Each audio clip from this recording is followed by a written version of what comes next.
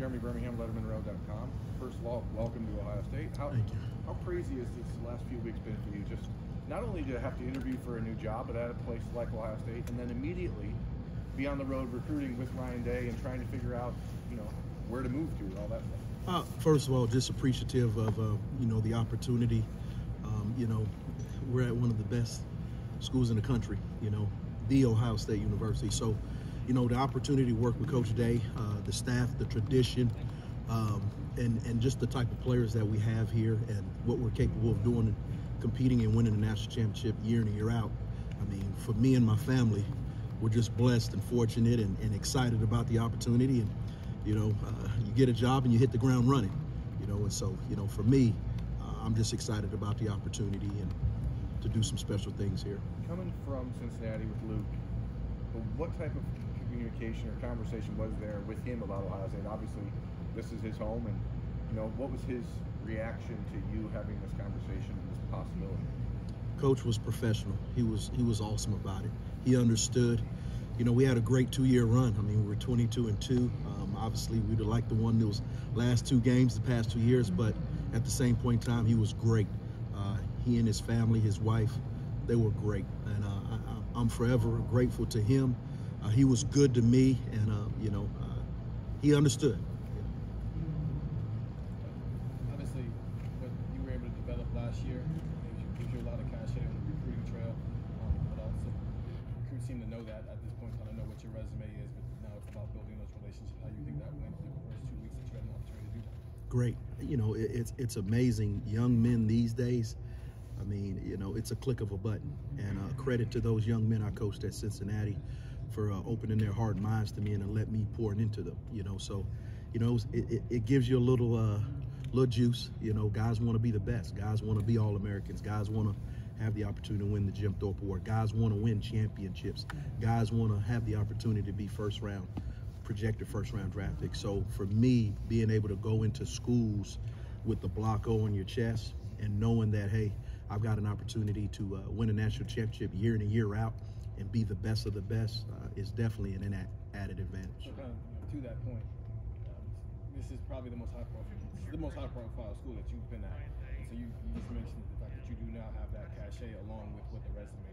You put that together, I guess, what are the expectations for yourself? And what you extremely exciting. I mean, one, humbling, but extremely exciting, to have the resources, the Ohio State, behind you to go into any home, any school, and say, hey, you want to play at the best school in the country and play for national championships year in and year out and be able to get a quality education and live your dreams and goals. I mean, that's hard to turn down. Plus, get developed. I think that's the key component is not only going to a great school like this and having the opportunities on the field, but have an opportunity to get developed to be the very best and maximize your God-given ability. And just from a personal standpoint, you guys want 3 safeties out there. As you guys are evaluating talent and recruiting trials, or evaluating this roster, could you just kind of break down what you want from each of those safety spots? Just what different body types, different skill sets you want from the guy who's maybe the back safety, the free safety, or even up here cover safety, or whatever you guys end up calling. Yeah, you want a nice little flavor. You don't want the same guy. You want a guy that can play the post, and play the middle, but you also want a guy that can cover. You also want a guy that can, play in the box. So all 3 of those guys have a unique skill set, but at the same point in time, it's going to give us the multiplicity to do some different things with all of them to where we're not one-dimensional, so we keep an offense off balance. Coach Day just talked to us about how you and Coach Walton will work together, kind of coach that secondary. What is that relationship like here early on, and how do you see that developing over time? We all have our specialties as far as, I'm coaching the safeties, he's coaching the corners, but at the same point in time, we're a secondary. And I think that's extremely important, just my time as a coach, that those 2 entities work together. It's just like when I was at Cincinnati, I coached the corners and we had a safeties coach. We still are one.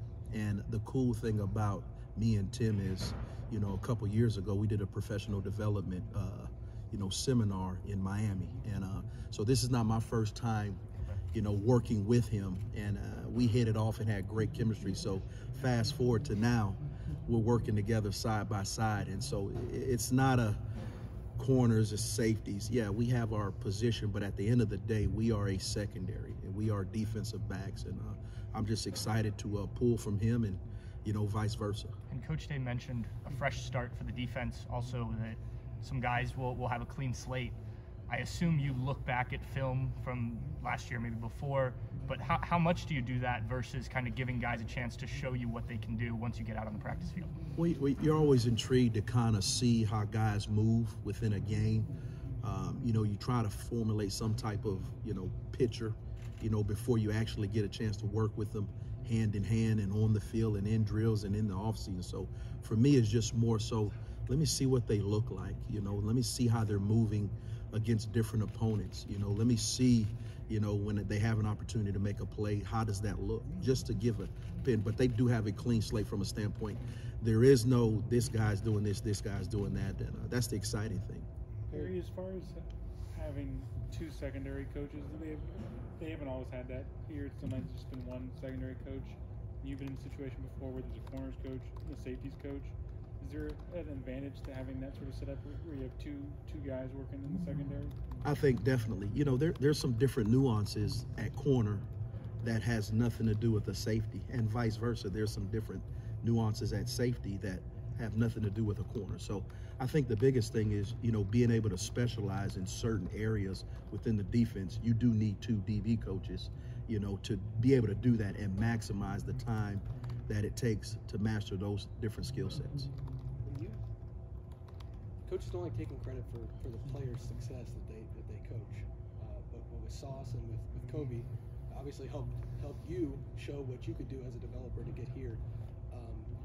What does that mean to you to know that not only their hard work was proven by being All-Americans or being the 4-pointers, but also your hard work in developing them was shown enough to get this job at Ohio State? First and foremost, it's a player's game, and so I give those guys the ultimate credit.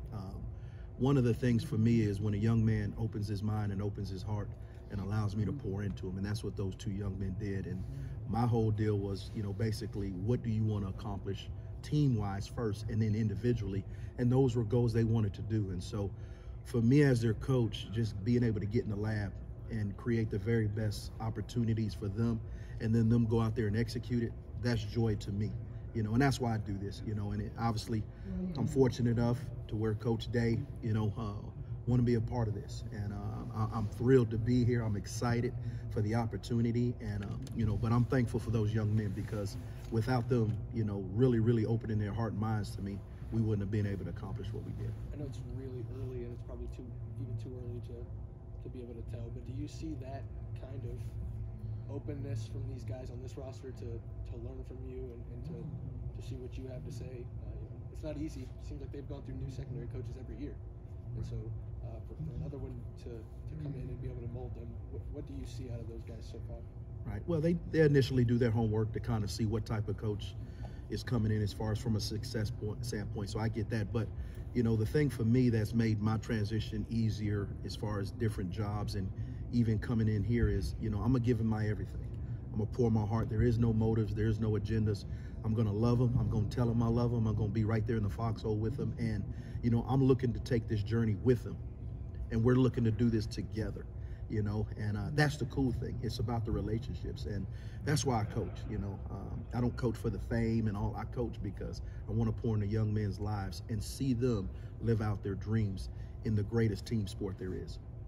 Coach, the success that you had at Cincinnati as a team, what you guys accomplished as a team, getting to the college football playoff, working with guys that played at a really high level, how did that make you a better coach over these last 12 months? Well, it didn't take very long when I got the job there right before COVID hit.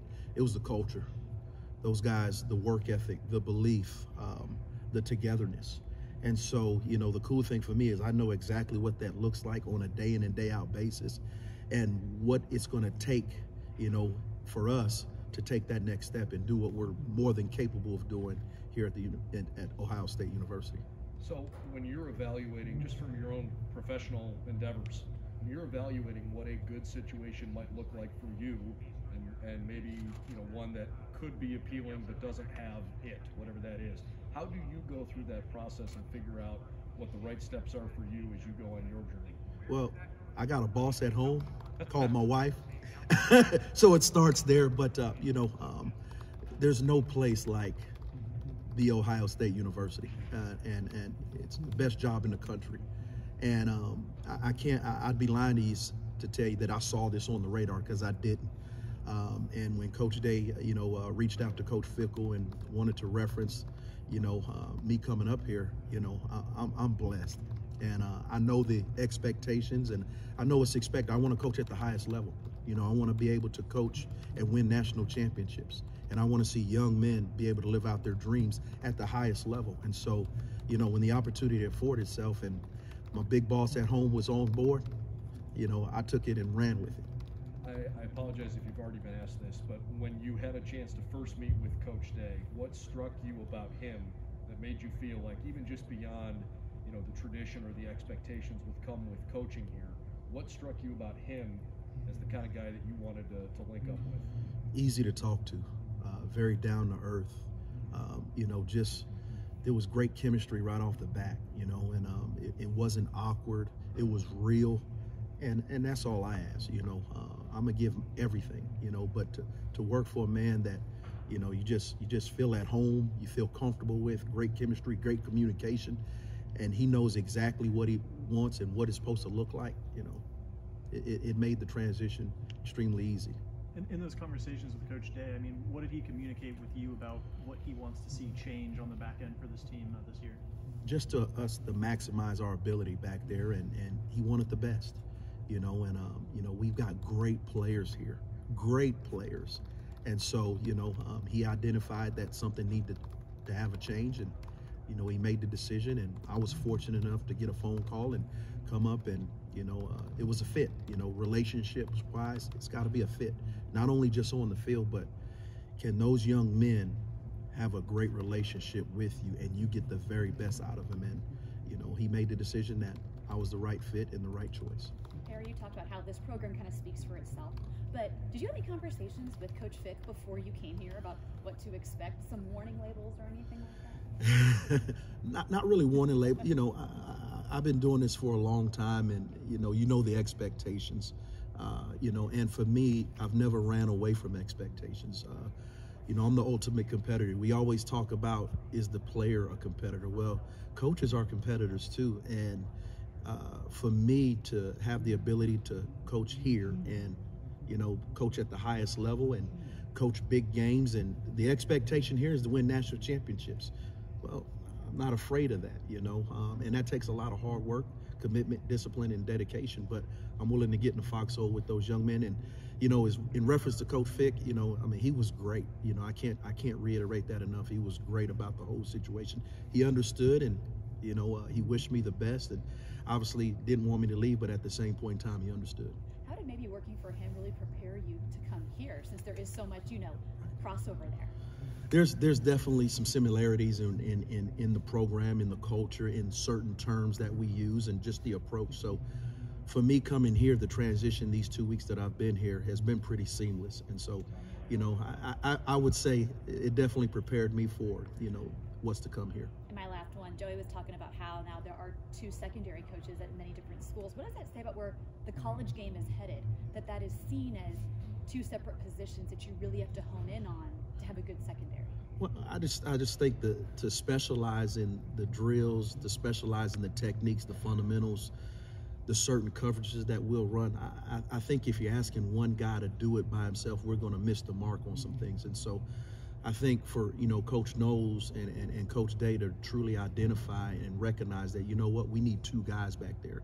But I think the key to that is to have the chemistry, the communication, and we're all in this thing together, I think that's extremely critical into having a really, really good secondary. Perry, as far as splitting those 2 roles up, just to follow up, will you guys meet safeties all together, corners all together, or do you meet as a whole DB unit? How does that typically work? Without speaking out of turn, you do have to meet separate at times, but at the same point in time, you do have to meet together. I think once again, it comes down to the relationship, the communication with, myself and Coach Walton. And we're going to be like this. I mean, we're going to be on the same wavelength. So what he's saying, I'm saying. What I'm saying, he's saying. And so I think that's the most important thing. You don't always have to meet with each other as far as a group, but I think both coaches have to be on the same wavelength, have to be reading from the same sheet of music. But I think there is a definite advantage to meeting at times together and then also meeting separate. And that's something we'll address in the next few days. Perry, how hard is it to not have preconceived notions about players that you've watched on TV, or you have to come in here and everyone kind of starts over, right? You're starting over, the players are starting over. How hard is it to not have a thought about someone? Hey, I watched this kid on TV, I saw this, I wasn't that impressed, or I liked the way this kid did that. I mean, is it something that you have to consciously try to absolve from your mind when you get in here? No, I mean, you just got to come in with an open mind and really mean that. Sometimes there's a reason why you saw what you saw on tape, and until you're around a young man day in and day out to understand the habits, the work ethic, what was he asked to do, what was he not asked to do, how was he in the film room. So there's so many variables that I think if you do come into this situation with a preconceived notion, you're going to miss the mark. And so when I say it's wide open, they have a clean sheet, clean slate, I really mean that. For me, as a secondary guy, I just sometimes just like to lay eyes and, just kind of see what it looked like, but not going in saying, well, I've already pegged this young man, I've pegged this young man. We've got outstanding players here. And I've had an opportunity to sit down and meet with each one of them individually, and I'm excited. They're excited, and I know I got to earn their trust, and that's fine. I'm willing to do that, but I'm excited about the group that I'll be coaching. Did you have a relationship with any of the players just on the recruiting trail at all? These guys before you got here? Jalen Johnson, he's from Cincinnati, so he came on campus a few times when I was at Cincinnati. A cool thing is me and Jackson's dad played together in college. And so it's a small world, I knew Jair Brown, coming out of, Lakota West. So, that quote, that old adage, it's a small world, I think that's very true. So, yeah, I had an idea about certain guys and they knew about me, but for the most part, I'm learning these guys just like they're learning me. And for the most part, a lot of the bulk is coming back because they were playing so many young guys to the point of not having perceived notions. From what you had an opportunity to see on film, what did you like about, and what you maybe didn't like about what you saw from some of these guys who are all like Ronnie Hickman, Josh Proctor, and the short sample we gave you? I think once again, we got great players here. They're really, really good. They're locked in. They're hungry, and so for me, it's more so, okay, all these pieces I'm working with, how are we going to make it all work to where we go in the right direction and have great success as a defense, as a program, and as a football team. So for me, it's more so, I'm looking forward to getting in the foxhole with them, getting in the meeting room with them, getting on the board with them, coming to off season, getting them on the field with them. That's, to me, is going to really be the telltale, because they're going to learn more about me. I'm going to learn more about them. But to sit down with young men and say, I'm hungry, I want this, coach, I want that, and I want to be great, that just gives me that much more motivation to make sure I'm doing what I'm supposed to do for them. What's the experience or emotion or any of that the first day you go in for that first meeting room with that coach, going through the roster today and all that? I know you've been recruiting for the last couple of weeks, but I understand it's kind of the first time together for that whole group. What is it like as a new part of that? Great flow. First and foremost, great flow. We've been in constant communication with each other. I think the thing, when you have a one-on-one with a young man, you're able to look him eyeball to eyeball. Before I went on the road, I was able to do that and just let him know, hey, I'm your new coach. You need anything, call me, text me. I was reaching out to them, just to check on them from time to time on the road, making sure, hey, everything's good at home. And then to be able to come back and see them in the weight room this morning and kind of circle back around and see them and say, hey, man, how you feeling? How's the 2 weeks been going? What are the things we need to start addressing right away? For me, it's about the players and the relationship piece. And, I wanted them to feel and see my passion and see the fire in my eye that, we will get things needed that we need to get done. But I need you to give me your heart and your mind every day. Not for me, but for your teammates, for your brothers. And so, it's exciting to get around them. You know, obviously, you know, I know you got to recruit, you got to get on the road, and we're on some really, really talented young men. But at the same point in time, there's no young men like the guys that's on campus right now putting in the work to make a run at a championship. What about being in maybe the staff meeting? Coach Knowles was asked about this. But the standard here is to win a national championship, and the reason for last year is viewed as the defense. Do you see that as pressure, exciting, opportunity? How do you look at that? As a competitor, you want to be the best, you know, and I had an opportunity at Cincinnati to know what that feels like, looks like. You know, pressure's a privilege. You know, I don't want to be somewhere where the expectation is not to win championships, you know, whether it be conference championship, national championship. I don't want to be at a place where the expectation is not to develop your players to be the very best they can be, which ultimately would be the very best in the country. So for me, having that experience, you know, at Cincinnati and being under Coach Fickell and understanding that, you know, every day, you know, there's an expectations of excellence. You know, that's been the norm for me. So for me to come here and say, hey, you know, the expectation is to win a national championship. The expectation is develop these guys to be the very best they can be. That's how I'm built, you know. And so I'm looking forward as a competitor myself, not just a coach, but as a competitor to, you know, roll my sleeves up and dive head first to let's go to work and let's get this thing right. Obviously, I mean, you came into this job recently, a couple months or a couple weeks ago, and immediately you went on the road.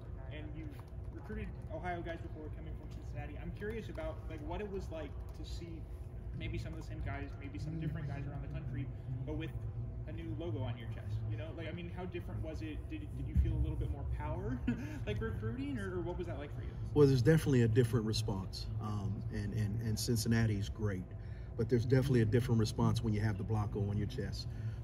You know, people say national brand. We are a national brand from California all the way to New York and in between. So there was definitely a different response from a standpoint of, you know, having a block O on my chest. But at the same point in time, those relationships had been built, you know, and then I've developed new relationships because certain schools I had never been in. So for me, you know, it was exciting. It's motivating, you know, because, you know, at the end of the day, it's about players, but the right type of players. And so it's exciting, you know, to continually get on the road and build great relationships, but also recruit the very best players in the country. Was it kind of a trial? Last question right here. Was it kind of a trial by fire?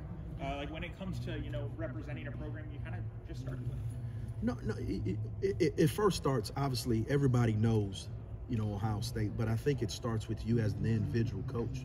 You know, guys want to play with coaches, play for coaches, you know, and establish a relationship with coaches that they feel good about, that they have a really good rapport with. So it's got to start there. Now, obviously, you know, with the logo on my chest, it doesn't hurt because it gets you indoors and gets you opportunities. And once again, just like we want to coach at the very best and the highest level, young men, you know, want to play at the very best and at the highest level and play for national championships year in and year out and be the best in the country. So it works hand in hand. Coach, thank you very much.